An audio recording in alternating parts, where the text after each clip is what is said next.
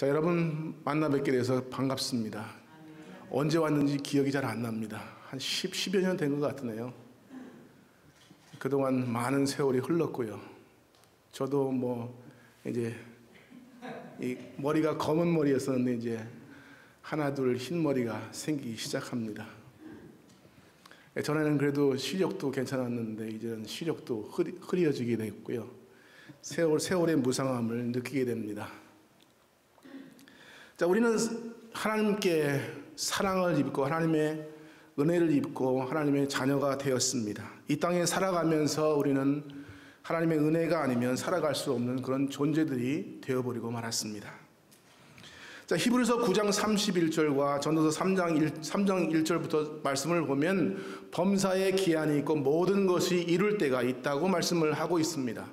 그러면서 전도서 3장은 28가지의 때를 말씀해 주고 있네요.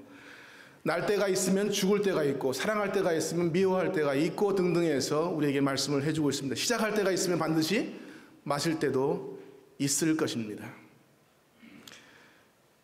자, 우주적으로는 마태복음 24장에 있는 말씀처럼 그리스도께서 재림하시면 이 세상이 끝이 될 것이고요. 개인적으로는 이 세상을 떠나는 날이 우리 개인적인 종말이 될 것입니다. 자, 그러면서 우리는 이 땅에 살아갈 동안 그 마치는 순간까지 우리는 최선을 다해서 주의 영광을 위해서 살아가는 것이 우리의 사명입니다. 자, 여러분의 소망은 어디에 있습니까? 이 땅에 계십니까? 여러분은 이 땅에 얼마나 사실 것 같아요? 저보다 연세 드신 분들이 계신데 여러분은 얼마나 사실 것 같습니까? 자, 여러분들도 언젠가는 이 땅을 떠나셔야 할 때가 있습니다. 우리는 그때까지 우리의 최선을 다해서 그리스도의 복음을 증거하는 일을 힘쓰며 살아갈 것입니다. 전에는요, 그래도 미국이 괜찮은 나라인 줄 알았어요. 그래도 소망이 있고 이 땅에 살면 그래도 오래오래 살 것 같았습니다. 근데 지금 보니까 그것도 아니에요. 이 땅에 있는 일들을 한번 보십시오. 동성애 합법화, 낙태, 오바마 케어 등등 하는 일들이 우리가 흔히 보는 세상 일들입니다. 세상에서 흔히 일어나는 일들입니다. 소망이 없는 일들을 우리는 보고 있습니다. 전도도 제대로 할 수 없는 그런 상황에 이르렀고요. 이제는 예수를 믿는다고 하는 것을 공공연하게 이야기할 수 없는 때가 되어버리고 말았습니다. 어떤 동성애자가요, 잔도반이라고 하는 출판사에 상대로 해서 7천만 불의 소송을 걸었습니다. 왜냐하면 고린도후서 6장에 있는 말씀 가지고 소송을 걸어버리고 말았어요. 자, 이제는 공공연하게 성경도 제대로 우리가 이야기할 수 없는 그런 시대를 만나버리고 말았습니다. 그러나 성경 전체의 주제는 하나님이 인간을 구원하시기 위해서 어떻게 행하셨는가 하는 일들이죠. 창세기 3장 15절에서 이미 원시복음이 우리에게 말씀해 주고 있습니다. 그래서 예수님과 사탄이 원수가 되고 예수님은 사탄의 머리를 깨뜨릴 것이고 사탄은 여인의 후손의 발꿈치를 상하게 할 것이라고 말씀합니다. 자, 하나님은 이스라엘을 통해서 이방인들에게 복음이 증거되기를 원하셨지만 이 이스라엘은 그것을 감당하지 못했고 오늘 교회가 그 일을 감당하고 있습니다. 특별히 구원에 관한 하나님은 사람들을 통해서 사람들에게 하나님이 직접 하실 수도 있지만 사람들을 통해서 복음이 증거되는 일을 하시기를 원하십니다. 바로 여러분과 저를 통해서 그 일을 하시기를 원하십니다. 베드로전서 2장 9절의 말씀은 이렇게 말씀합니다. 오직 너희는 택하신 족속이요 왕같은 제사장이요 거룩한 나라여 그의 소유된 백성이니 이는 너희를 어두운 데서 불러내서 거룩한 그의 그 기이한 빛에 들어가게 하신 자를 선전하게 하려 함이라 라고 말씀합니다. 여러분을 통해서 여러분에게 구원을 베푸신 그 하나님께서 여러분에게 어떻게 하나님이 구원을 주셨는지 그것을 다른 사람에게 이야기하라고 합니다. 어떤 수도원에서 수도사들이 공부를 하고 있습니다. 설교학을 공부하면서 이 원장께서 설교학을 가르쳤습니다. 그러면서 한 사람 나와서 이제 설교를 하라고 합니다. 어떤 학생이 한번 설교하게 됐습니다. 준비를 잘 했는데요. 정말 잘했습니다. 아주 잘했는데 나와서 서니까 무릎이 떨리기 시작합니다. 그래서 원고를 보는데 원고가 하나도 안 보이는 거예요. 그래서 이렇게 이야기합니다. 여러분, 제가 무슨 설교를 할지 아십니까? 물어보니까 학생들이 모른다고 이야기합니다. 그러니까 하는 말이 저도 모릅니다. 그러고 연문으로 도망가 버렸어요. 그래서 원장께서 너무 화가 나셔서 그 다음 주에 또 시켰습니다. 다음 주에 또 설교하시오. 또 설교를 열심히 잘 준비했는데요. 서고 보니까 또 안 보이는 거예요. 여러분, 제가 무슨 설교를 할지 아십니까? 물어보니까 학생들이 안다고 이야기합니다. 그러니까 그럼 됐습니다. 그리고 또 도망갔어요. 세 번째 주에 또 세웠습니다. 또 마찬가지 현실이 일어났습니다. 여러분, 제가 무슨 설교를 하실지 아십니까? 하니까 한편에서는 예, 압니다. 한편에서는 예, 모릅니다. 라고 이야기합니다. 그러니까 그럼 아는 분이 모르는 사람에게 말씀해 주십시오. 그리고 도망가 버렸어요. 자, 그것이 최고의 설교였다고 그 원장은 말씀합니다.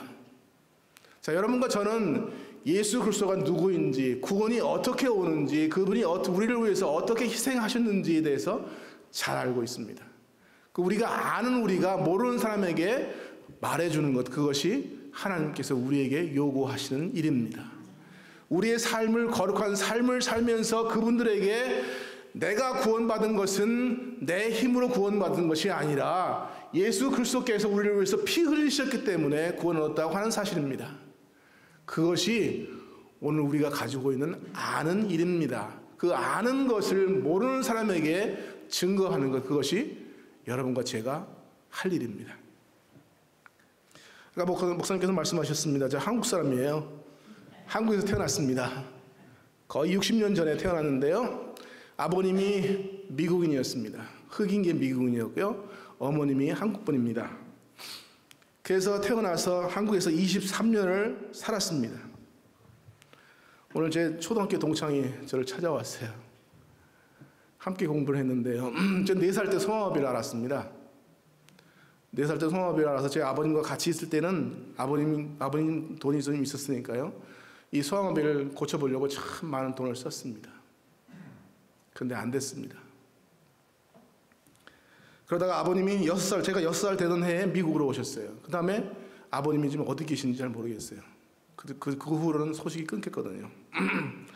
그러니까 어머님이 이제 생계를 책임지셔야 했기 때문에 저를 할머님께 맡겨두고 7살 때 제 곁을 떠나셨습니다.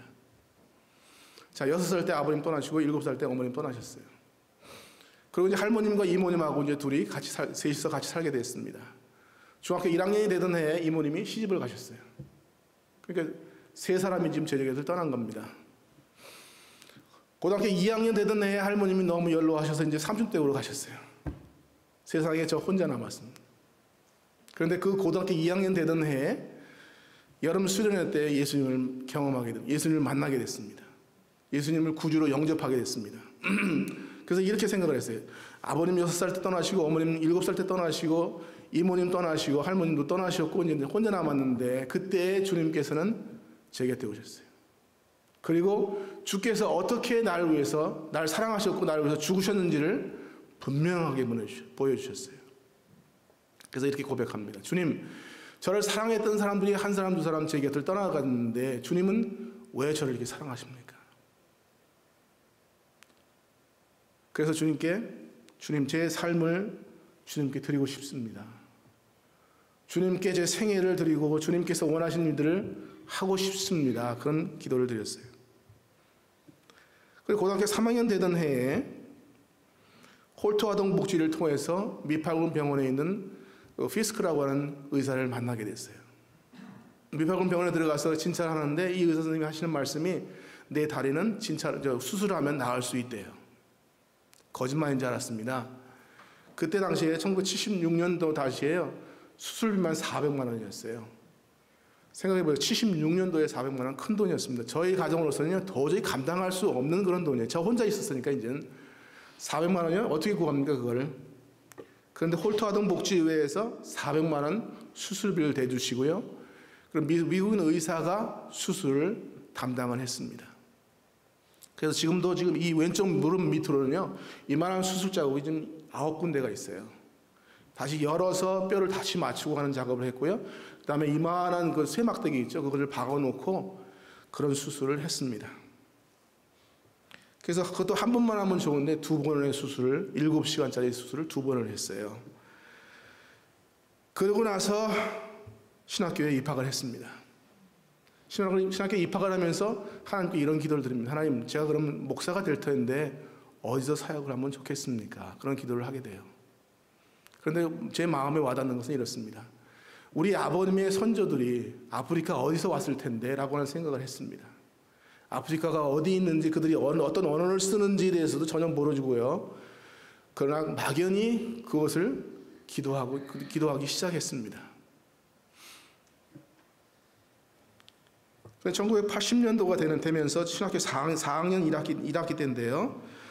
되면서 5.18 광주 사태가 나면서 전국의 대학교에 휴교령이 내렸습니다. 그런데 그 하나님께서 휴교령이 내린 다음에 바로 8월 달에 저를 미국으로 보내셨어요. 공부를 하라고. 6살 때 초등학교 1학년 때 되던 해에 영어 공부를 시작했습니다. 근데 너무 혹독하게 공부를 했어요. 그래서 다시는 내가 영어 공부 하나 봐라. 그랬는데요. 중학교 때도 뭐 영어 설렁설렁, 고등학교도 가고 설렁설렁 넘어갔는데 겨우 뭐 이렇게 낙지에 면할 정도만 됐습니다. 그런데 미국 와서 이 스포케인 워싱턴에 있는 건자가 유니버시티라고 있는데 거기서 영어를 공부하기 시작했습니다. 시험을 봤는데 완전히 바닥이죠. 그러니까 ABCD도 다시 공부하라는 거예요. 23살 되던 해에 ABCD 공부하는 게 참 너무 싫었어요. 그래서 그 교실에 들어가서 이제 공부를 하는데 대답을 안 하는 거예요. 이제 알면서도 대답을 안 하는 거죠. 그랬더니 이 선생님이 알텐사이언스 부학장한테 가서 그분이 그 천주교 신부셨었는데 그 학교가 그 캐톨릭 학교예요. 그 신부한테 가서 일렀습니다. 그 신부가 부릅니다. 너는 공부할 마음이 있는 거야, 없는 거야? 그래서 압니다. 다 알아서 그래요. 그랬더니 그래도 말을 해. 그래야 말을 해야 는다는 겁니다. 그 다음부터는 제가 클래스에서 계속 저 혼자 떠들기 시작하는 거예요. 이제 막. 그래서 1년을 공부를 했습니다. 영어만 1년을 공부를 했고요. 그래서 LA 1년을 마친 다음에 LA 내려가서 다시 신학을 하고 우리 교단에서 88년에 안수를 받았습니다. 이제 전에 이제 기도하던 기도 내용 있잖아요. 아프리카 가서 선교하고 사역한다고 하는 그런 것이 있었는데 까마득하게 잊어가고 있습니다. 결혼을 하고 아이가 생기고 자동차를 사고 하다 보니까 페이먼트가 생겼죠. 까마득하게 잊어가고 있는데 담임 목사님이 어느 날 교회 앞에 이런 광고를 드립니다. 이 목사는 금년 6월 말까지 사역하고 교회를 사임합니다. 그리고 케냐 선교사로 나갑니다. 제가 전혀 모르는 내용이에요. 그런데 목사님이 광고를 딱 해버리셨어요. 그러니까 어떻게 하겠어요? 담임 목사님이 광고를 했는데 그래서 92년 6월 말까지 사역을 하고 사임을 한 다음에 93년 1월 16일에 케냐를 선교지로 삼고 나가서 좀 사역을 했고요. 2005년까지 12년 동안 사역을 하고 제 아내가 너무 아팠어요. 저희가 처음에 사역했던 지역이 키시라는 지역인데 케냐의 서쪽에 있는 지역입니다. 우간다 국경 가까이에 있고요.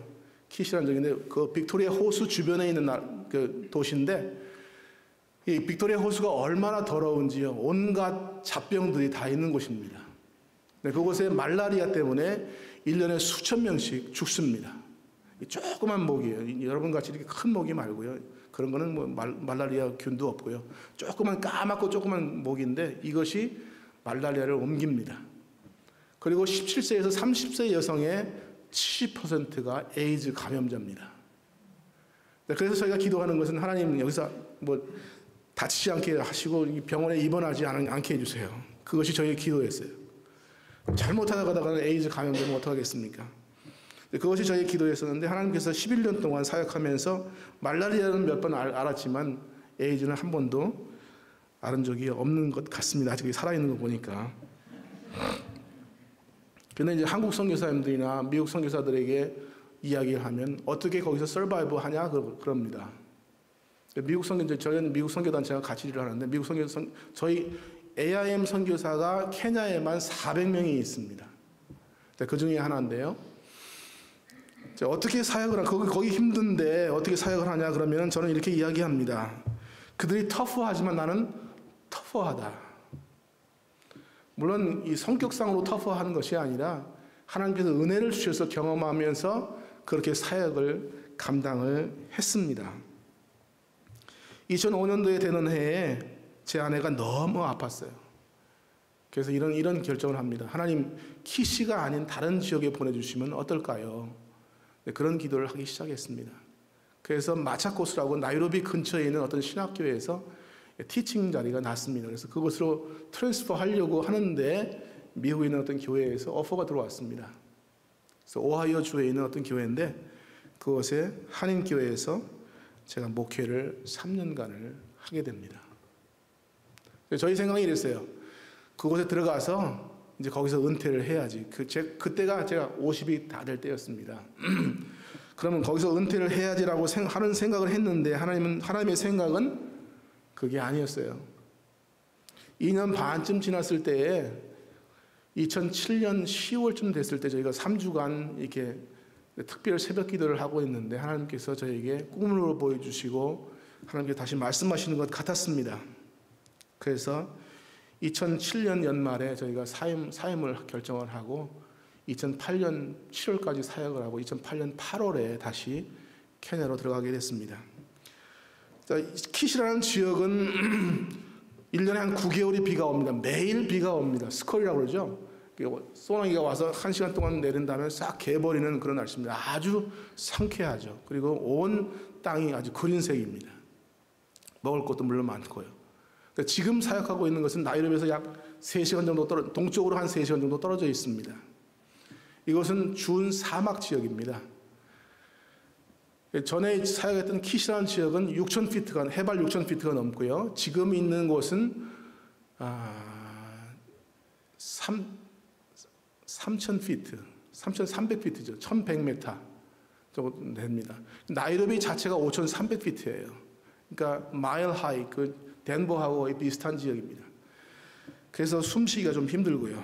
그런 지역인데, 그래서 너무 더운 지역인데 너무 더워서 저희가 집을 지으면서 함석 지붕을 했는데 함석 지붕을 하고 천장을 했는데도 불구하고 낮에 들어가면 낮에 이 벽을 만지면요 벽이 따뜻해요.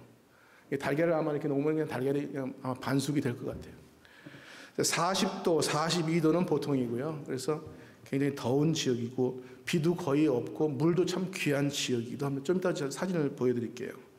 그런 지역에 사역하면서 참 힘들고 어렵지만 그러나 저희들 생각은 그렇습니다. 하나님께서 꼭 필요한 지역이기 때문에 보냈다라고 생각을 하고 사역을 하고 있습니다. 현지인들조차도 케냐 사람들조차도 그것에 들어와서 살고 사역한다는 것이 얼마나 힘든지를 자기들이 고백을 해요. 외국에서 들어와서 사역하고 산다? 그건 참 힘든 지역임에도 불구하고 하고 있다고 인정을 해줍니다. 2년 전에 제가 캄바 이름을 하나 받았습니다. 캄바 이름. 이렇게 오래 사역을 하면 이름을 하나씩 준대요. 그래서 저에게 준 이름이 뭐냐면 무모라고 하는 이름입니다. MUMO. 무모. 무모가 뭡니까? 그랬더니 무모는 하나님의 은혜입니다. 그래서 제가 거기 들어와서 살고 사역하는 것이 하나님의 은혜라고 그들이 이름을 붙여주었습니다. 그래서 너무 감격해서 감사해서 제가 가끔 이렇게 이제 나가서 설교하고 할 때는 제 이름을 이제 무모라고 이야기를 합니다. 아이자야 이용호 무모리 이렇게 이야기를 하는데요. 하나님의 은혜가 아니면 우리가 조금도 살아갈 수 없는, 여기도 물론 마찬가지죠. 미국도 마찬가지고 어디나 마찬가지입니다. 하나님의 특별하신 은혜가 아니면 우리는 조금도 하루도 살아갈 수 없는 그런 존재들입니다. 사진을 좀 보면서 제가 조금 설명을 드릴게요. 케냐인데요. 케냐 보시면 이디오피아가 위에 있죠. 소말리아가 옆에 있습니다. 수단이 있고요. 그 다음에 오른쪽으로 우간다, 밑으로 탄자니아가 있습니다. 그 다음에 바다, 이게 인도양인데요. 바다에 보면 마다가스카르 있죠. 그 다음에 여기는 시셰스라고 하는 섬이 있습니다. 자, 소말리아는 거의 100% 모슬렘들입니다. 그 다음에 이디오피아는 뭐 많이 지금 기독교는 있다고 이야기하지만 그래도 꽤 많은 모슬렘들이 있고요. 노스 수단은 상당히 많은 모슬렘들이 있고요. 사우스 수단은 뭐 기독교인이 많지만요. 그렇고요. 그 다음에 이 마다가스카르나 시셰스라고 하는 나라들은요. 거의 100% 모슬림들입니다. 자, 그래서 위에서 소말리아, 이디오피아, 수단 등에서 밑으로 자꾸 내려오고요. 이 모슬림들이. 바다에서 마다가스카르, 시셰스에서 내륙으로 들어오고 있습니다. 그런 지역이 이 케냐고요. 케냐가 그래도 아프리카에서는 그래도 경제적으로나 정치적으로 안정된 지역입니다. 그렇기 때문에 많은 사람들이, 외국인들이 들어와서 사역을 하고 있고요. 살고 있고 UN 본부가 또 케냐에 있습니다. 그래서 상당히 많은 외국인들이 들어와 있는데 우리가 그들을 기독교화, 복음화 시키면 그들이 자기 나라에 돌아가서 그들도 증인이 될 것이지만 그렇지 못하면 이 케냐도 곧 모슬림화 될 수밖에 없는 그런 상황에 놓여 있습니다. 그러기에 우리가 더 기도해야 되고 선교사들은 더 열심히 하나님의 복음을 증거해야 합니다. 1963년에 영국부터 독립을 했습니다. 그래서 영어하고 수아힐리라고 하는 말을 사용하고 있는데요. 면적은 남한의 6배, 텍사스주만큼 크고요. 그다음에 인구는 약 3,400만입니다. 자, 44개의 부족 또는 56개의 부족, 100 몇 개의 부족이라고 이야기하기도 하는데요. 자, 키쿠유 부족이 제일 많고요. 지금 현재 대통령이 키쿠유 부족에서 나왔고요. 그다음에 루오라고 하는 부족은요.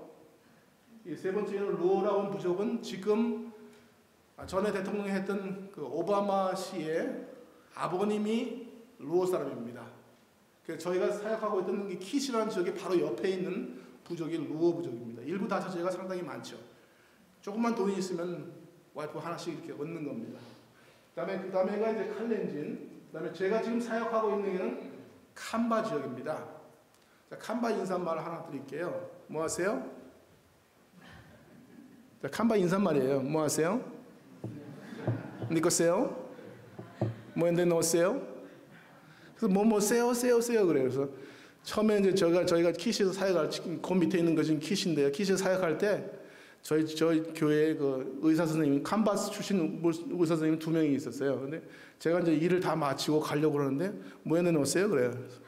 그래서 뭐라고 그랬어요? 저는 장난하는 줄 알았어요. 제가 이제 한국 이제 백그라운드가 있으니까 장난하는 줄 알았어요. 그랬더니 뭐에 넣으세요? 그래요. 또 그래요. 그래서 그건 무슨 말이냐고 그랬더니 안녕히 가십시오. 그런 말이래요. 그래서 제가 그랬죠. 옛날에 한국 사람들이 여기 와서 너에게 한국말을 가르쳐줬나 보다. 그랬더니 하는 말이 지금 저건 일하고 있는 그 캄바스 선생님들이 하시는 말씀이야. 그게 아니고 캄바스 사람들이 옛날에 한국 가서 말을 가르쳐줬다 그래요. 어쨌든 간에요. 캄바에서 지금 사역을 하고 있습니다. 그 다음에 전에 사역했던 11년 동안 사역했던 지역은요. 그 밑에 있는 키시라는 지역입니다. 그래서 부족마다 말이 다 다르기 때문에요. 그래서 공통어를 만든 것이 수아힐리라고 하는 말입니다. 자, 혹시 라이언킹 보신 분 계세요? 라이언킹에 보면 몇 마디가 나옵니다. 어저께 권사님 말씀드렸으니까 권사님 가만히 계시고, 자, 라이언킹에 몇 마디가 나오는데 혹시 기억나시는 분 계세요? 자, 혹시 그 사자가 있었죠? 어린 사자. 어린 사자가 이름이 뭐던가요? 캄바. 아니, 심바. 그렇죠? 심바. 심바라는 말이 사자라는 말입니다. 그 다음에 그 여자, 그, female 그 사자가 있었죠? 이름이 뭔가요? 랄라라는 말은 잔다 그런 말입니다. 그 다음에 원숭이 이름이 있었죠? 라피키. 기억나세요? 라피키라는 말은 친구라는 말입니다. 그래서 이 키스와일리는 세계 약 8억 명 정도가 사용을 하고 있습니다. 그래서 케냐도 물론 마찬가지지만 그 밑에 있는 탄자니아 있었죠? 아까 탄자니아는 거의 다 아주 더 퍼펙트하게 스와힐리를 사용을 하고 있습니다. 그래서 웬만큼 공부한 사람들은 아프리카의 전역을 다니면서 복음을 증거할 수 있는 거의 하나의 통일된 언어를 가지고 있고요. 그다음에 영국으로부터 지배를 받았기 때문에 영어를 사용하고 있기 때문에 초등학교 때부터 유치원 때부터 영어를 가르칩니다. 그래서 웬만한 교육을 한 사람들은요, 대개 3가지 언어는 하고 있습니다. 자기네 부족말, 그다음에 수아힐리, 영어, 그다음에 그 옆에 있는 이 키쿠유나 루어 같은 말들은요, 거의 자동적으로 하기 때문에 4개, 5개까지는요, 충분히 이 사람들이 하기 때문에 어디든지 가면 다 언어가 통하고 있습니다. 자, 평균 연령이요, 옛날에는요, 49점 얼마였어요. 근데 요즘은 이제 조금 늘어났습니다. 근데 간바합 사람들이 상당히 오래 사는 것 같아요. 뭐 100살 넘은 사람들도 더러 있고요. 그 종교 분표는요, 신교가 43% 이렇게 되어 있고요. 그래서 신교하고 로만 캐톨릭을 합하면 약 80%가 넘습니다. 그리고 이슬람이 지금 12%인데요. 12%에서 14%까지 육박을 하고 있습니다. 점점 더 빨리 늘어가고 있고, 케냐뿐만 아니라요, 전 세계적으로 이슬람이 굉장히 빠르게 확산되고 있습니다. 뭐 미국도 마찬가지고요. 그래서 여러분과 제가 정신 차리지 않으면요, 정신 차리지 않으면 이슬람화 될 수밖에 없는 그런 위기에 놓여 있습니다.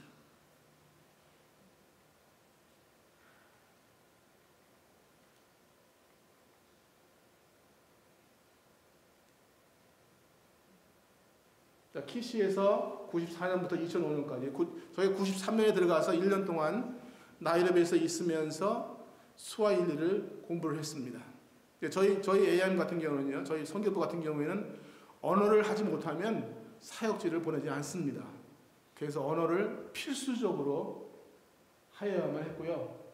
그다음에 전도자 훈련, 교회 개척, 평신도 주도자 훈련, 목회자 연장 교육, 이런 일들을 2사람이서 했어요. 키시에는요, 6사람의 한국 사람이 있었습니다. 소개를 드릴까요? 저하고 제 아내하고요, 저희 아이들 4명. 그것이 전부입니다. 한국 사람은요. 거리는 얼마나 되냐면요, 나이로비부터 키시까지 350km입니다. 그럼 약 220마일 정도 돼요. 여기야 뭐 220마일 하면 얼마 안 되지만요, 케냐 같은 경우는 220마일, 7시간, 8시간 걸렸어요. 길이 워낙 안 좋았습니다. 그래서 외국에서 또 원조가 들어오면 길을 닦는데요, 100불이 들어오면 약 80불 정도는 어디 갔는지 없어졌어요. 그리고 20불만 가지고 도로 공사를 합니다. 그러다 보니까 요즘은요, 중국 사람들이나 일본 사람들이 돈을 주는 것이 아니라 자기들이 들어와서, 자기들 장비 가지고 들어와서 이 길을 닦습니다. 그러다 보니까 더 이상 옆으로 새는 돈이 없어지죠. 산타라고 하는 지역에 교회당을 건축하고 있는데요, 요거는요, 이 교회당은 약 길이가 크지 않습니다. 근데 만불, 한국에 계신 어떤 장로님께서 만불을 헌금해 주셔서 교회당을 지었습니다. 요 교회당은 키시에 있는 다른 교회당하고 같이 지었기 때문에 조금 저희가 좀 시간이 좀 걸렸는데요. 그렇지만 늘 하나님께서 함께 주신 경험을 하게 됩니다.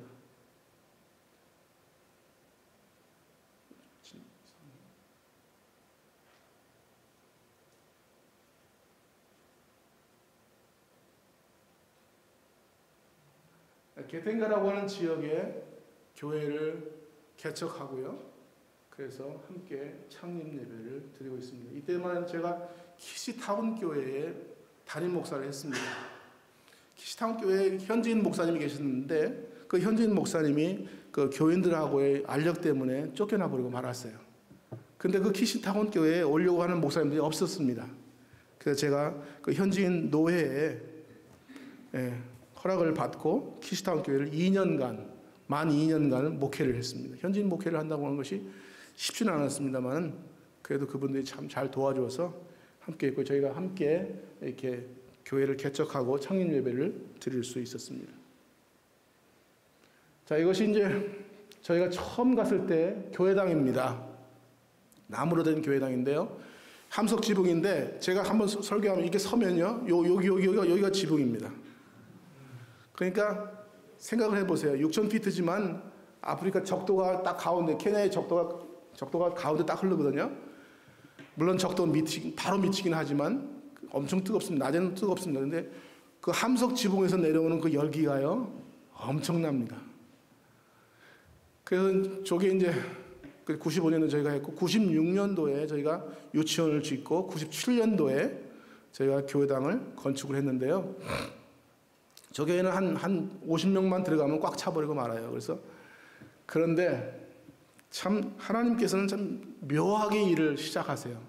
그러면 저희가 생각지도 않았던 그런 일들을 하시는데, 경험하지 못한 그런 일들을 그런 쪽으로 자꾸 인도를 하셨는데, 순종하면 결과가 아름답게 이루어지는데 순종하지 못하는 것이 늘 문제죠.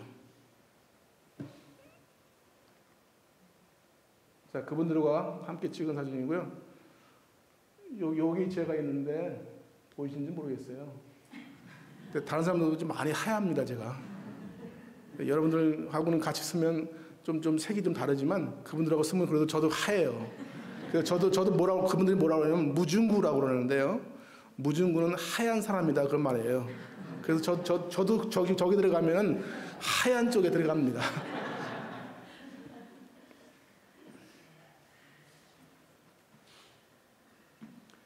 97년 3월 23일 날 저희가 기공 예배를 드렸는데요. 교회당 기공 예배인데, 그 전에 이제 저희가 이제 그 유치원 사진은 좀 이따 보여드리고요.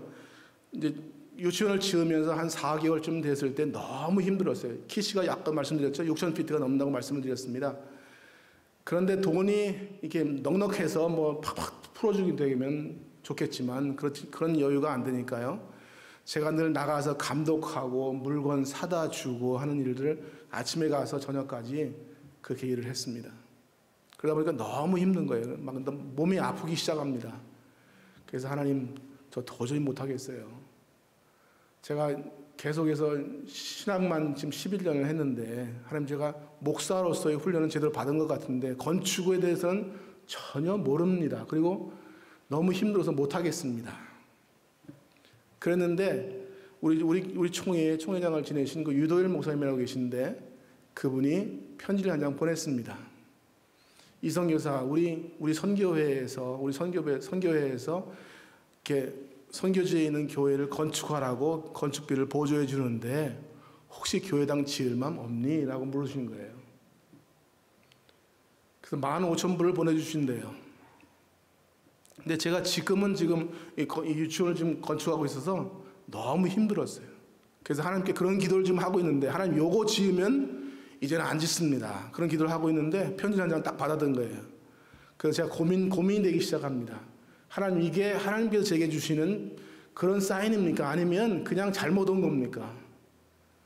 그래서 울면서 기도하기 시작했어요. 하나님, 정말 해야 됩니까? 이거 제가 할 일입니까? 그런 기도를 드리기 시작했어요. 제 아내와 함께 둘이서 기도하면서 3개월 동안 정말 울면서 기도를 했어요. 그러면서 결정을 했습니다. 하나님께서 지으라고 하시면 짓지요. 짓다가 하나님 부르시면 가겠습니다. 그런 각오로 지려고 했습니다. 그런데 15,000불 보내면 150명 들어갈 수 있는 교회당을 아담하게 지을 수 있을 것 같아요.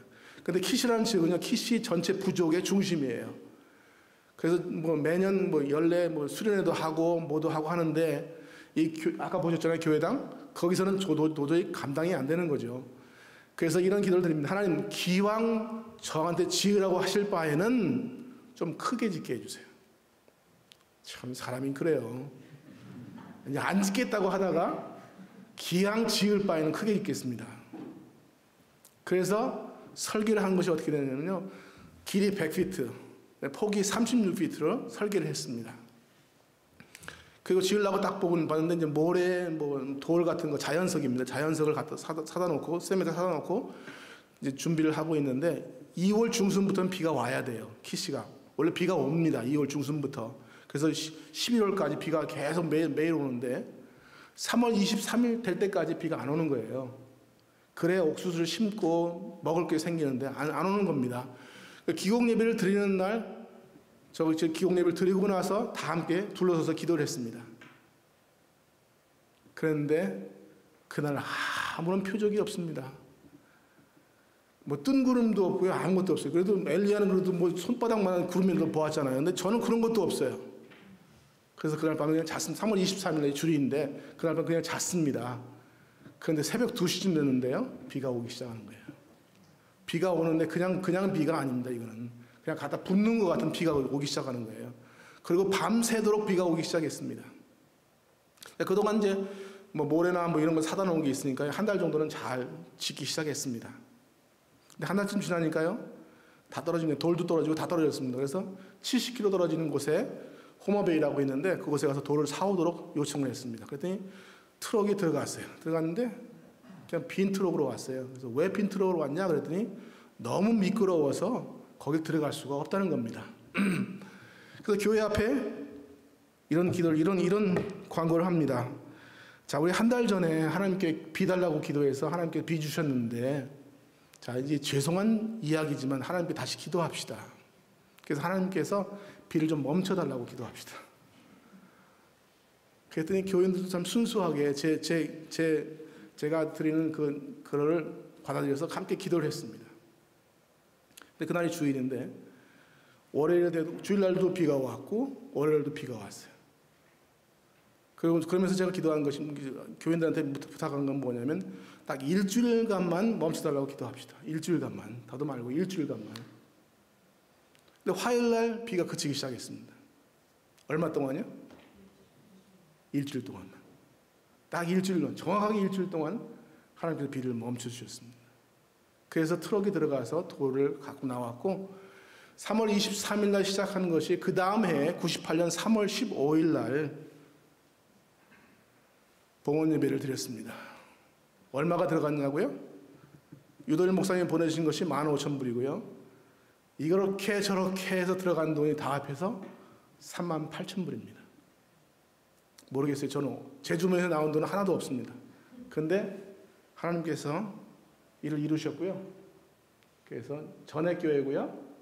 이것이 현재의 교회당입니다. 그래서 100피트인데 저가 줄자를 샀는데 줄자가 메이드 인 차이나였습니다. 메이드 인 차이나였는데 이게 보통은 여기가 끝이면은 여기부터 제로가 시작돼야 되는데 여기부터 제로예요. 그걸 몰랐어요. 재고 보니까 자꾸 이상하게 늘어나는 거예요. 그래서 나중에 보니까 6핏이 늘어났습니다. 그래서 106피트가 돼버렸어요. 그것도 하나님의 은혜죠. 그래서 교회당을 이렇게 지었습니다. 키스교회는 성가대원들이고요. 극장같이 이렇게 계단식으로 지었습니다. 키스에서는 처음 있는 그런 계단식 건물이 됐죠.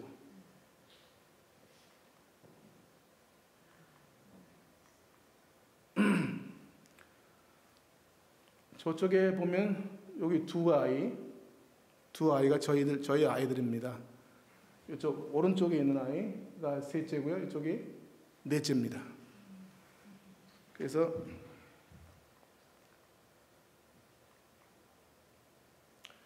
(1996년에) 저희가 유치원을 짓기 시작했는데요.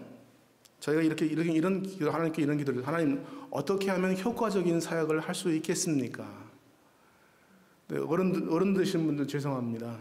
네, 어른들은 이 두뇌가 바뀌기가 참 쉽지 않아요. 그래서 생각한 것이 뭐냐면 어린아이 때부터, 아주 연한 어린아이 때부터 복음을 확실하게 심자. 그것이 저희들의 생각이었습니다. 그래서 유치원을 하자라고 생각을 했고요. 그래서 설교들을 만들어 놓고 인도 사람들이 상당히 걔네 많은데요. 그분에게 가서 물어봤습니다. 이렇게 지으면 돈이 얼마나 들겠습니까? 그러니까 그분이 건축을 하시는 분이나 쉽게 나왔어요. 그래서 6,000불 정도면 지을 수가 있대요. 교실 4칸에다가 사무실 하나, 부엌 하나 해서 화장실 4칸에서 지으면 그렇게 든대요. 그래서 시작을 했습니다. 그런데 웬걸요? 한 달쯤 지나니까 6,000불 다 써버리고 말았어요. 근데 그렇게 시작을 해놓고 제가 한국을 다녀왔는데 제 어머님이 굉장히 병이 좀 중하셨어요. 그래서 이제 마지막으로 생각하시면서 저에게 500만 원을 주시면서 꼭 필요한 데 써라. 허튼 데 쓰지 마라. 저를 너무나 잘 아시죠. 제가 돈만 있으면 그냥 갖고 못 있어요. 그냥 써버려야지. 500만 원 주시면서 꼭 필요한 데 써라 라고 말씀하시고 제 장모님이 500만 원 주셨어요. 그러니까 1,000만 원이잖아요. 1,000만 원이 그때 당시에 10,000불이었습니다. 10,000불을 갖고 들어왔는데 한 달쯤 지난 다음에 6,000불 다 써버렸잖아요. 6,000불 전략 모아놨다가 지금 유치원을 지었는데 다 써버리고 말았어요. 그래서 하나님께 기도합니다. 하나님, 돈이 없어서 더 이상 못하겠습니다. 근데 제 마음에 오는 소리는 뭐냐면 너 돈 있잖아. 하나님 앞에서는 감출 게 없어요. 너 돈 있잖아. 그것도 좀 깊숙이 넣어놓은 거거든요. 우리 아이들 대학 가면 쓰려고 깊숙이 넣어놓은 걸 어떻게 보셨는지 너 돈 있잖아 그러시는데 하나님 할 말 없습니다. 그리고 돈 10,000불 써버렸어요. 그러니까 16,000불 쓴 거 아닙니까? 근데도 모자라요. 미국에서 계시다가 한국으로 나가시는 어떤 분이 자기 딸 대학원 등록금 한다고 모아두었던 돈 그거 헌금해 주셨어요.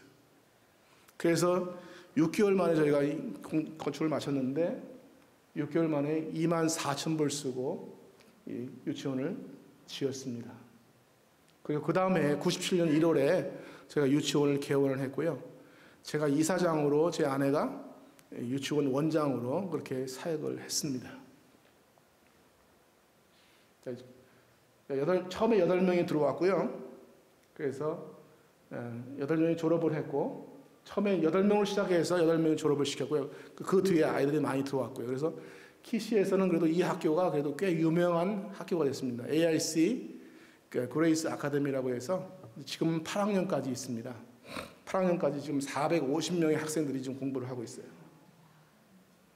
제 아내요. 저 뒤에 있는 사람이 제 아내입니다. 그다음에 요거는 이제 유치원 아이들이고요. 밑에가 이제 초등학교 아이들입니다. 요건 이제 그리고 나서 이제 저희가 안신년을 나왔습니다. 5년 6개월 만에 안신년을 나왔어요. 나왔는데 막 너무 막 몸이 이제 유치원 지었죠, 교회당 지었죠. 그러니까 제 몸이 막 너무 다운돼서 도저히 뭐 감당을 못 하겠더라고요. 한 6개월 동안 거의 뭐 먹고 자고 하는 일만 했습니다. 그러면서 1년 만에 이제 들어갔는데요. 1년 만에 들어가서 한 것이 뭐냐면 저희가 그 유치원을 하면서 학부형들이 얘기하는 것이 초등학교를 시작합시다 그런 얘기였어요. 아까 교회당 보셨잖아요. 그 교회당에서 어떻게 아이들을 가르칩니까? 제 양심상으로는 도저히 그게 안 되겠더라고요. 그래서 유치원을 지었는데 유치원은 뭐 교실이 꽉 차니까 유치원 학생들만 해도 많으니까 초등학교를 할 엄두가 안 났습니다. 그래서 생각한 것이 초등학교를 짓자 그것이었습니다. 그래서 앉아갖고 이제 스케치를 합니다. 그래서 제 아내가 지나가면서 뭘 하냐 그래서 초등학교를 하나 지어볼까 하고 지금 스케치한다 그랬더니 하는 말이 당신 좀 이상한 거 아니냐요. 그래서 왜 그랬더니 당신 작년까지만 해도 죽을 뻔하지 않았느냐 그래요. 그래서 물론 죽을 뻔했는데 하나님께서 내 마음에 자꾸 그런 부담을 주는데 어떻게 하겠느냐. 그래서 스케치를 하고 있습니다. 근데 최소한 교실이 11개는 필요한 거예요. 최소한. 그리고 사무실이 필요하죠. 그러니까 이게 돈이 한 6만 불 이상 들어갈 것 같아요. 지금까지 했던 거하고는 전혀 지금 비교가 안 되는 겁니다. 근데 우리가 가지고 모아놓은 돈은요 그렇게 많지가 않아요. 그럼 어떡하느냐?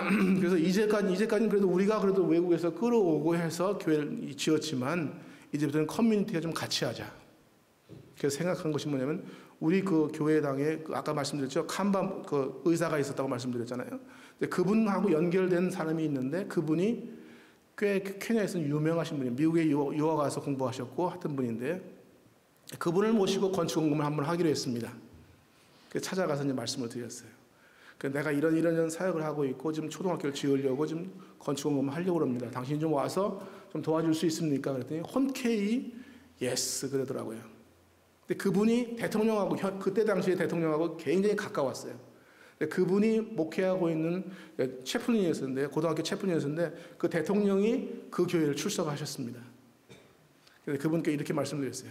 혹시 대통령도 오실 수 있을까요? 그랬더니 대통령은 너무 바쁘대요. 그러면 대통령이 오실 때, 목사님이 오실 때 대통령이 좀 헌금을 좀 받아 오실 수 있습니까? 그랬더니 초청장을 한 장을 만들어 달래요. 근데 그분한테만 쓰는 초청장입니다. 그러면 컴퓨터에 있겠다, 뭐 프린터에 있겠다, 뭐 색깔 잘 집어넣어서 하나를 만들었습니다. 그래서 그분께만 초청장을 보내드렸어요. 그랬더니 그분이 감동을 했는지 하나님께서 은혜를 주셨는지 50만 실링, 그러니까 케냐 돈으로 50만 실링인데 당시 7,000불이었습니다. 7,000불을 헌금해 주셨어요. 그리고 저는 이제 미국에 들어와서 LA에서 한 주, 뉴욕에서 2주간을 있다가 들어갔습니다. 근데 하나님께서 감동을 하셔서 제가 들어갈 때는 제가 가지고 캐시만 2만 불 제가 갖고 들어갔어요. 2주, 뉴욕에 2주 있으면서 LA하고 그러니까 3주죠. 전체 미국에 있으면서 3주 동안 하나님께서 2만 불, 캐시로 2만 불입니다. 제가 전혀 생각하지 않았던 일들입니다. 제 생각에는 이랬습니다. 내가 이거 짓다 못 지면 우리 아들이 대를 이어서 짓지. 그렇게 생각하고 시작을 했습니다. 그런데 하나님은 대를 이어서 지을 것도 없이 1년 8개월 만에 끝내셨어요.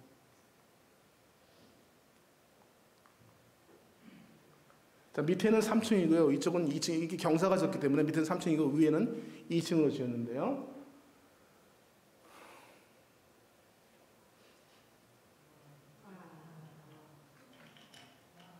자, 2002년 7월에 헌당 봉헌 예배를 드렸는데요.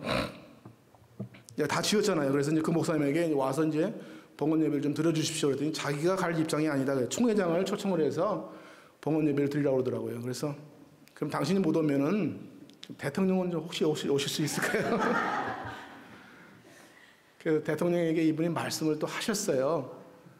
그래서 2002년 7월에 이 봉헌 예배를 드릴 때는 대통령이 현직 대통령입니다. 대통령이 오셨어요. 저하고 악수하고 있습니다. 오늘 저하고 악수하시는 분은요, 이분하고 악수한 거랑 똑같아요. 자, 그래서 모이 대통령이 2002년까지 하시고 은퇴를 하셨습니다. 거의 마지막이었었죠. 그래서 테이블을 끊고 계시고요.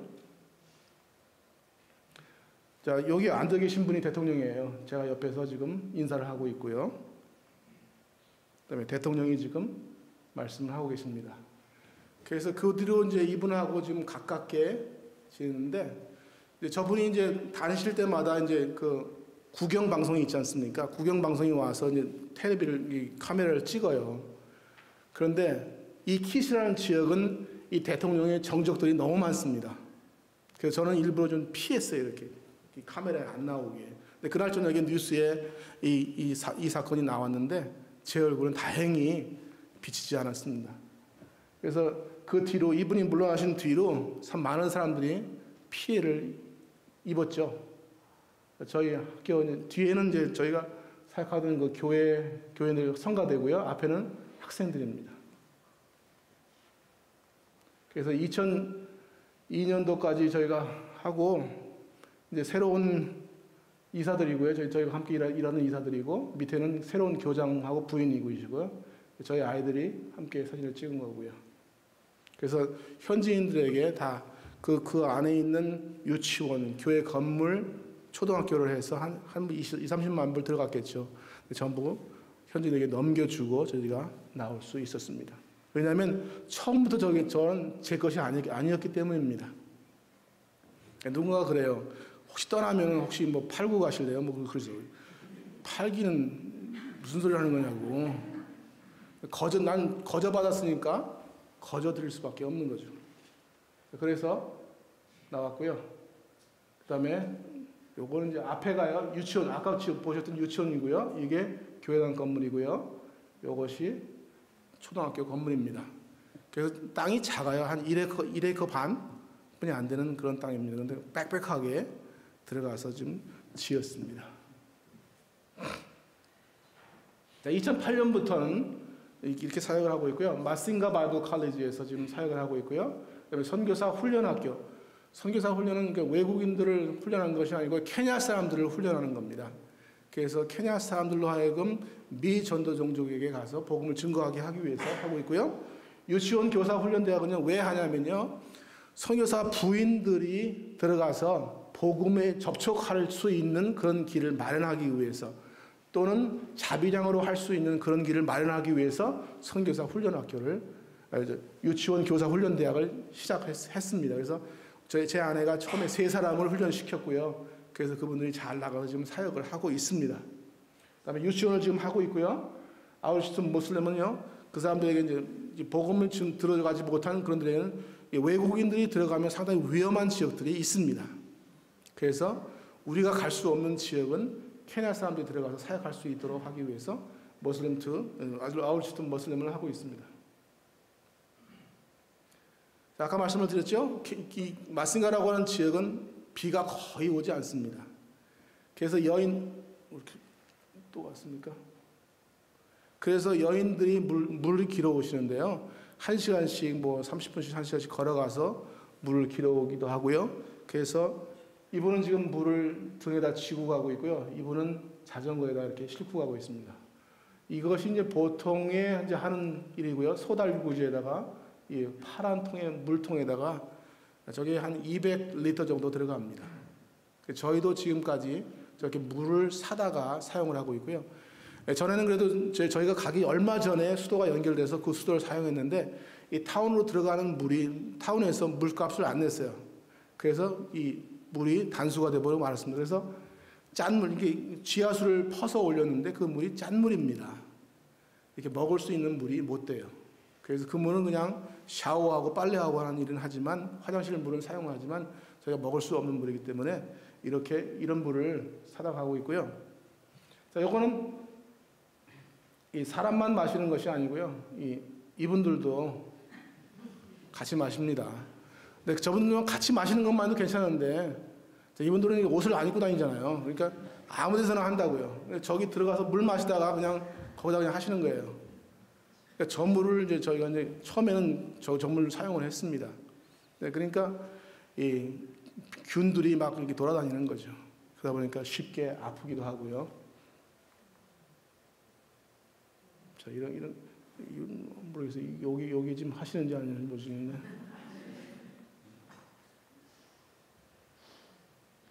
자, 여러분들은 참 물 쉽게 사용하시는데 좀 감사하면서 좀 쓰십시오. 저희들 좀 물 좀 오게. 자, 물 길러 가는 아이들은 학교 방 마신 다음에요. 물 길러 가고 있죠. 그래서 밑에 보시면 보이는지 모르겠습니다만 신발들이 없네요. 그렇지만 참 이분들처럼 행복하게 사는 사람도 거의 없는 것 같아요. 참 행복하게. 그러니까 많다고 해서 꼭 행복한 것은 아니죠. 없어도 행복할 수 있는 것이 이들의 삶입니다. 자, 저기 물 길어오고 있어요. 전에 이제 사용한 자동차인데요. 그래서 제가 가서 물을 길어. 이 물은 아까 그 물은 아니고요. 수돗물입니다. 수돗물인데 수돗물 색깔도 여러분 앉으신 그 의자 옆에 색깔 그런 색깔 브라운 색깔이 거의 비슷합니다. 그래서 이게 깔아 앉혀서 밑에 물은 버리고 위에 물만 살짝 해서 끓여서 마셔야 됩니다. 그렇지 않으면 금방 탈이 나버리고 말죠. 제가 사역하고 있는 지역이고요. 전에 아까 저에게 헌금해 주셨던 그 대통령 있잖아요. 그분이 모이 대통령인데 모이 대통령이 후원으로 지금 세워진 사무실입니다. 그리고 여기는 이제 오스트리아 사람 갈라드라고 하는 사람이 헌금을 해주셨고 한 도서실이고요. 교실이 4칸입니다. 1학년, 2학년, 3학년, 4학년에서 4칸이고요. 그래서 거의 외국에 의존해서 건물을 지었습니다. 남자 기숙사, 여자 기숙사고요. 네, 남자 기숙사는 그래도 나중에 지어서 칸이 있어요. 칸이 있어서 살고 있는데 여자 기숙사는 그냥 큰 홀입니다. 여자들은 또 프라이버시가 필요하잖아요. 근데 그런 게 없어요. 그래서 작년에 저희가 돈이 조금 있길래 이 베니아판으로 플라이우드를 가지고 막았습니다. 막고 이 문을 달고 해서 프라이버시를 해줬더니 얼마나 좋아하는지 모르겠어요. 자, 학교에서 유일하게 자기들을 지은 부엌입니다. 밑에 보시면요, 이 나무떼에서 장작대에서 지금 음식을 하고 있죠. 네, 24명의 파랄 학생들인데 파랄레는 뭐냐면 방학 때만 와서 공부하시는 분들입니다. 나이들이 좀 있으신 분들인데 현역 교사들도 선생님들도 계시고 그런 분들이 이제 방학 때만 와서 공부를 하고 목사가 되는 그런 클래스입니다. 그리고 이분들은 이제 3개월 동안 이렇게 체류하면서 기숙사에 살면서 공부하시는 분들이고요. 당시에는 그래도 다이닝 홀이 없어서 이렇게 나무 밑에서 차를 마시고 음식을 먹고 그랬습니다. 자, 2015년도에 했고요. 제가 어디 있나요? 제가 여기 있네요. 뒤에. 그다음에 이 두 분들은 정말 백인들이고요. 저랑 함께 사역하는 미국인 선교사님들입니다. 그래서 함께 와서 축하를 해주었습니다. 제가 관계하고 있는 교회들이고요. 이 교회는요, 우틴틴이라고 하는 교회인데요. 강가에 있습니다. 강가에 있는데 이 교회는 여러분 그 쌀이대라고 혹시 아세요? 그 이렇게 빗자루 만드는 것 같은 거 그런 거로 얼기설기 이렇게 나무를 세워놓고 얼기설기 했습니다. 그래서 강가에서 불어오는 바람 때문에 아주 시원해요. 그런데 위에 보시면 위에는 뭐냐면요 설탕 50kg짜리 설탕이 있습니다. 그 설탕을 다 막 먹고 나서 그걸 이렇게 쭉 펴서 그걸로 지붕을 만들었습니다. 자, 이런 교회들이요 하나둘이 아니에요. 그래서 교회를 너무 팬시하게 저희를 지으려고 생각하지 않습니다. 왜냐하면 그분들의 수준에 맞게 교회를 지으려고 하죠. 그런데 그러면서도 불구하고 저희들은 뭐냐면 하나님께 드리는 것은 최상의 것으로 드리자 그런 생각은 있긴 한데요. 그렇다고 해서 그들의 삶과 너무 동떨어지게 지는 것은 또 안 된다라고 생각을 하고 있습니다. 자, 이분들이 직접 벽돌을 구웠습니다. 이게 5,000장입니다. 하나에. 그래서 이거 2개, 3개 정도만 있으면 이런 게 3개 정도만 있으면 교회를 하나 짓습니다. 그래서 자기들이 직접 지어서 자기들이 직접 교회를 지었습니다. 저희가 이제 세멘트를 사주었고요. 그래서 함께 저희가 사역을 했습니다. 제 아내인데요. 3사람 지금 유치원 교사들을 훈련을 해서 2년 동안 가르쳐서 마쳤습니다. 이때 당시에 제 아내가 이렇게 침대에서 이렇게 낙상을 하면서 허리 이 옆구리의 뼈를 몇 개가 부러졌어요. 그래서 이렇게 뭐 강의도 제대로 할 수도 없고 서서 할 수도 없고 그런 형편이었습니다. 그런데 하나님께서 강제로 시키시니까 앉아서 타이프 정도 겨우 해갖고 교재 만들고 해서 이렇게 가르쳤습니다. 자, 여기서도 저희가 유치원을 이제 시작하려고 했는데, 자, 이것이 정리하기 전에 부지입니다. 완전히 부시죠. 그다음에 정리를 다 했고요. 그래서 길이가 135피트, 폭이 이쪽은 26피트, 이쪽은 20피트에서 교실 2칸, 사무실 하나, 그다음에 큰 홀 하나 그렇게 지었습니다. 기업 예배를 제가 인도하고 있고요. 기초공사하고요.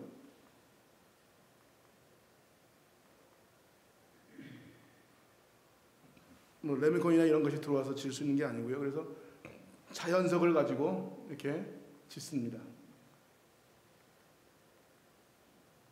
나무로 만들고요. 함석지물 올렸고요. 자, 이것이 다 지은 다이고요. 그다음에 유치원을 시작을 했고요. 그래서 지금 유치원과 초등학교 아이들까지 해서 지금 많지는 않습니다. 14명의 아이들이 지금 공부를 하고 있고요. 그래서 앞으로는 계속 초등학교를 지어야 하려고 지금 계획하고 있습니다. 자, 게스트하우스인데요. 왜 게스트하우스가 필요하냐? 저희 지역에 호텔, 그 당시만 해도 호텔이 없었어요. 물론 호텔, 지금은 뭐 호텔이 2개가 있는데, 외부에서 강사들이 오시면, 제가 이제 아까 말씀드렸죠. 선교사 훈련 학교를 하려고 한다고 말씀을 드렸습니다. 근데 저 혼자 다 감당하기는 너무 힘이 듭니다. 그래서 외부에서 강사들이, 이게 자격을 갖춘 강사들이 오셔야 되는데, 오시면 기거할 곳이 없어서 저희가 게스트하우스를 지었습니다. 아직 완전히 끝나진 않았고요. 겉에 외부만 다 끝났습니다. 내부만 남았습니다.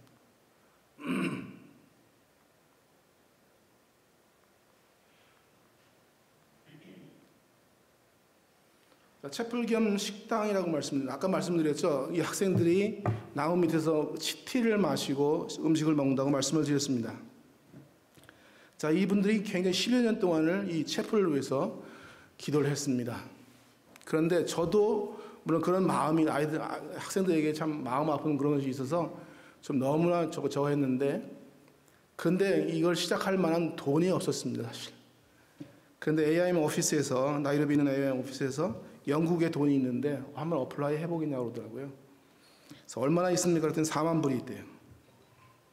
그래서 어플라이 했습니다. 어플라이 했더니 19,000불을 저에게 주셨어요. 19,000불. 그래서 시작을 한 겁니다. 제가 돈이 있어서 시작한 게 아니라. 그래서 2014년 9월 18일 날 시작을 했고요. 재작년에 모두 마쳤습니다. 이것이 완성된 건물이고요. 봉헌 예배를 2016년 2월 14일 날 현지의 총회장 되신 분 모시고 예고라고 하는 목사님인데요. 왼쪽에 있는 목사님인데 이분과의 관계는 아까 키시에 있을 때 1997년에 저희가 98년에 교회당 헌당 예배할 때 그 당시에 부총회장이었습니다.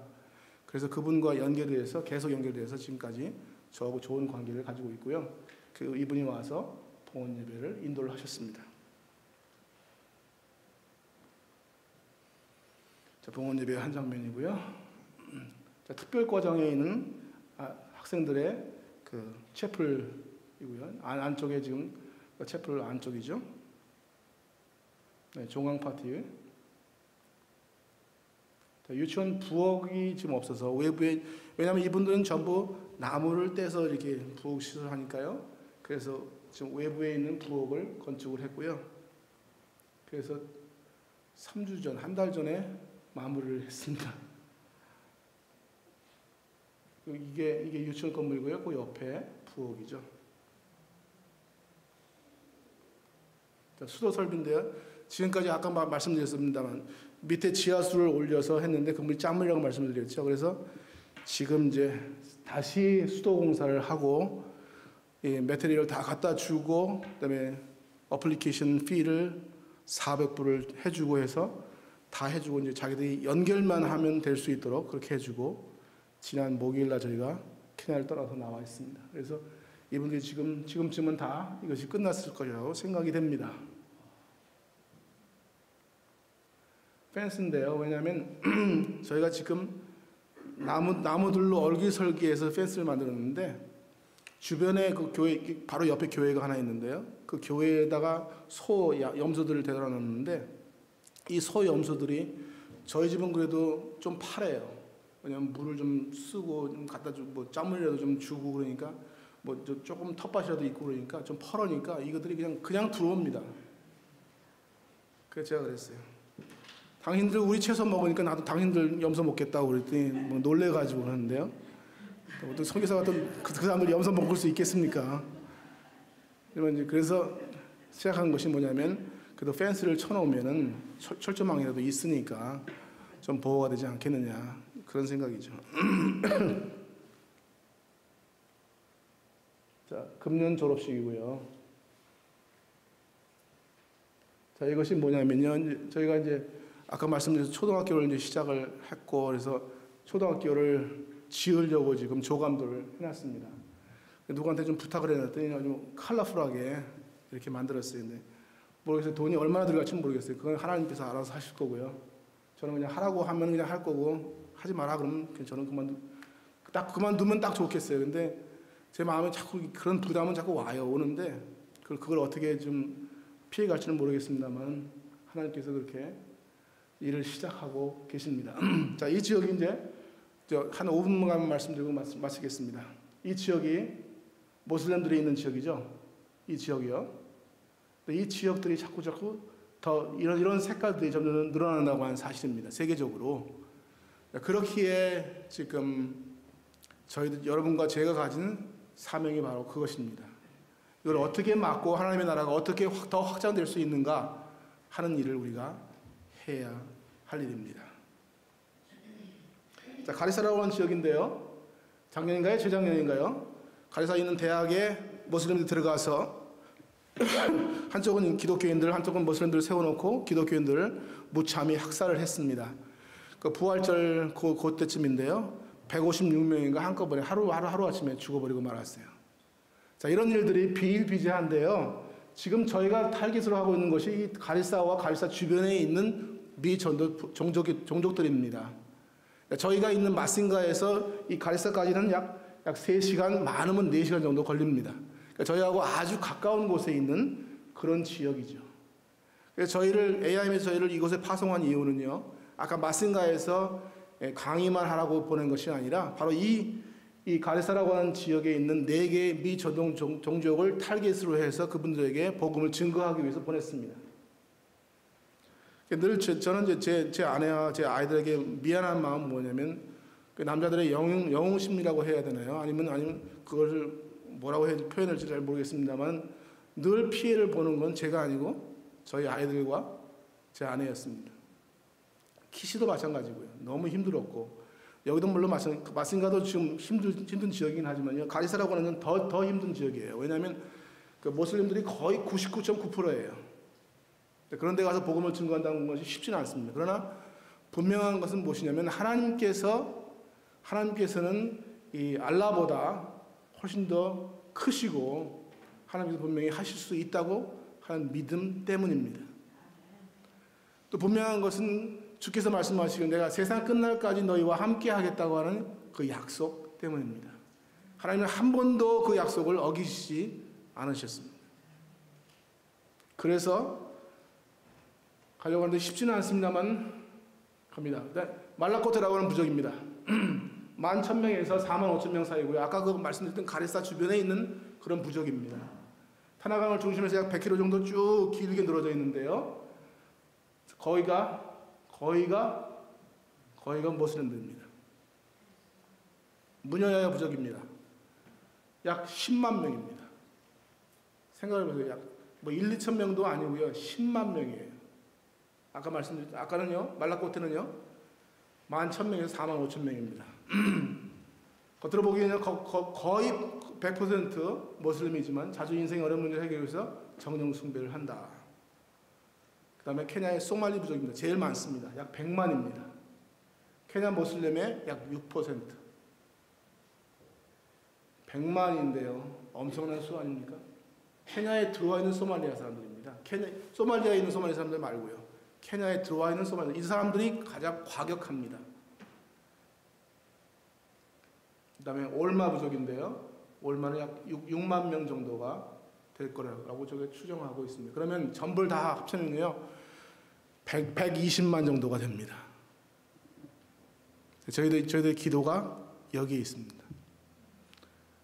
여러분이 모르시면 모르는데 오늘 아셨습니다. 여러분들에게도 책임이 이제 있습니다.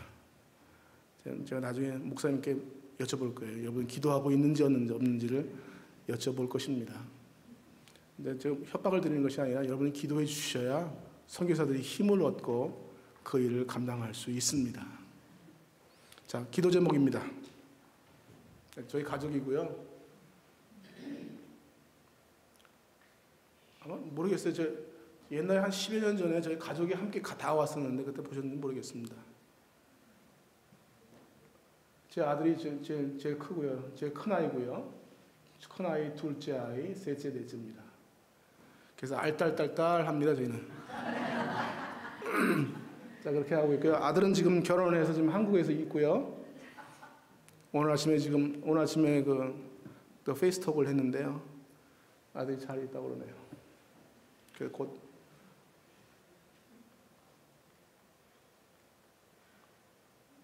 아들 없이 저희 딸들하고만 찍었습니다. 자, 기도 제목입니다. 말씀과 신학교를 위해서 기도해 주시고요. 곧 시작할 현지인 선교사 훈련을 위해서 특별히 재정적으로 어려워서 올 수 없다고 하는 사람들이 필요가 채워지도록 기도해 주십시오. 그래서 그분들이 와서 훈련받고 아까 말씀드렸던 그런 부족들에게 가서 하나님의 복음을 증거할 수 있도록 부모와 떨어져 있어서 공부하고 있는 아이들을 위해서 저희 아이들이 버팔로 지역에 있습니다. 세 아이가 거기 다 있는데 그들이 아직도 공부하고 있는데 여러분 기도해 주시고요. 그래서 가족의 영육관을 위해서 기도해 주시고 계획 중에 있는 초등학교 건축을 위해서 여러분 기도해 주셔서 하나님께서 하나님의 일을 이루실 수 있도록 그렇게 기도해 주시기를 부탁을 드립니다. 자, 주님께서 말씀하시기를 세상 끝에까지 복음이 증거되면 그때서 오시겠다고 우리에게 말씀하고 계십니다. 그런데 아직도 복음이 많은 곳에 들어가지 못하고 있습니다. 여러분과 제가 이 세상 끝날에 해야 할 일입니다. 물론 여러분은 여기서 하십시오. 저는 거기서 하겠습니다. 그러나 여러분들에게 부탁드리는 것은 기도해 주십시오.